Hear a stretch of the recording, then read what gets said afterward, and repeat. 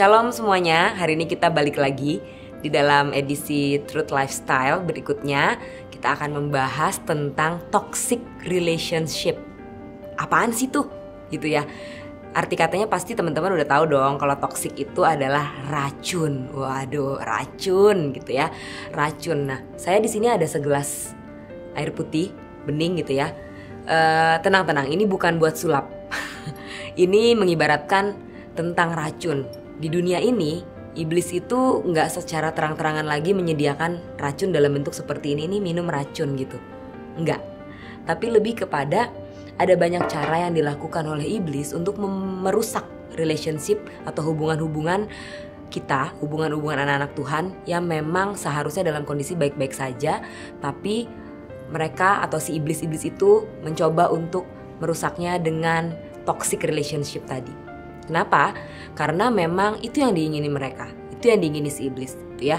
Artinya dalam hal ini toxic relationship itu terjadi pada semua hubungan.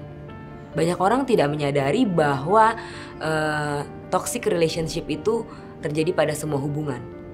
Jadi hubungan relasi anak dengan orang tua, relasi kakak beradik, relasi teman, relasi suami istri, relasi sesama rekan pelayanan itu bisa menimbulkan atau bisa rusak karena adanya sebuah persahabatan atau relasi yang toksik, sebuah hubungan yang toksik.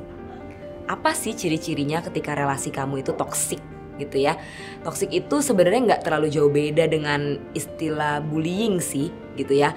Kenapa? Karena terjadi power imbalance di dalamnya. Artinya di dalam relasi yang toksik itu ketika misalnya kita beranggapan bahwa ya saya kan udah deket sama dia, terus bercanda kelewatan misalnya tanpa memikirkan perasaan orang lain, tanpa mikirin apakah kata-kata yang tadi saya sampaikan itu melukai hati orang lain atau enggak.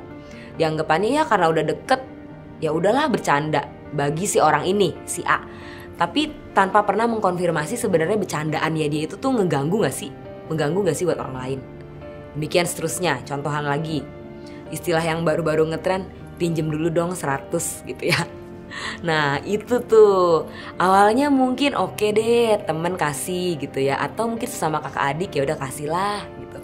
Tapi lama-lama menjadi toksik adalah ketika berulang dan tidak dikembalikan apa yang menjadi pinjaman itu sendiri. Itu toksik tuh teman-teman. Itu bisa sangat merusak relasi dalam bentuk apapun. Seperti itu. Lalu apalagi ciri-ciri toksik lainnya? Adanya ketidakjujuran di dalam relasi. Misalnya relasi suami istri, relasi dengan orang tua, relasi dengan teman dekat yang mungkin sudah ada kesepakatan untuk ya cerita apapun gitu ya. Tapi ternyata di dalamnya mengandung ketidakjujuran sehingga itu suatu saat ketahuan akan menjadi sesuatu yang sangat mengecewakan dan itu toksik. Lalu apa akibatnya ketika relasi itu sudah dibumbui dengan racun, dengan toksik? Akibatnya sudah pasti teman-teman saudara sekalian sudah bisa menebak gitu ya. Akibatnya akan muncul yang namanya kekecewaan, terus kemudian menjadi akar kepahitan, lalu kemudian menjadi ada emosi-emosi negatif yang terus menggulung di dalam hati kita. Apalagi kalau itu sampai tidak terselesaikan dan sampai orang yang menjadi toksik itu sendiri tidak menyadari bahwa perilaku yang dilakukan itu toksik sebetulnya. Seperti itu. Nah, oleh karena itu kita belajar untuk bisa memperbaiki hal-hal yang atau relasi-relasi yang membuat relasi kita menjadi tidak baik. Dalam arti tindakan-tindakan apa yang selama ini mungkin kita pernah lakukan, caranya kita bisa konfirmasi ke orang terdekat kita. Apakah perkataan saya selama ini gimana sih menurut kamu? Ada gak yang kamu terluka? Jadi perlu ada rekonsiliasi lah intinya gitu. Tujuannya apa? Tujuannya supaya racun-racun itu didetoks tuh ya, pelan-pelan dikurangin, dihilangin gitu. Lalu hal-hal yang bisa membuat toksik itu juga dari komunikasi kita. Bentuk komunikasi yang seringkali kita tanpa sadari dari gestur kita, kemudian kita bilangnya mendengarkan tapi ternyata sambil mungkin main handphone kita. Nah itu bukan mendengarkan tuh, itu seperti masuk kuping kanan keluar kuping kiri. Kalau mendengarkan Bapak Ibu Saudara sekalian adalah menyimak, betul-betul paham apa yang menjadi isi dari mungkin cerita teman kamu yang lagi curhat, atau mungkin cerita anak kalian, cerita anak bapak ibu, lalu kemudian ya apapun lah yang disampaikan gitu ya.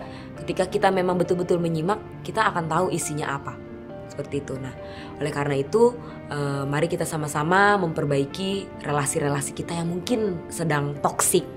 Untuk kita detox sama-sama dengan memperbaikinya, yaitu dengan cara tadi saling menyadari dan meminta maaf, dan juga mengkonfirmasi apakah selama ini mungkin ada perkataan atau tindakan yang mengecewakan hati orang lain.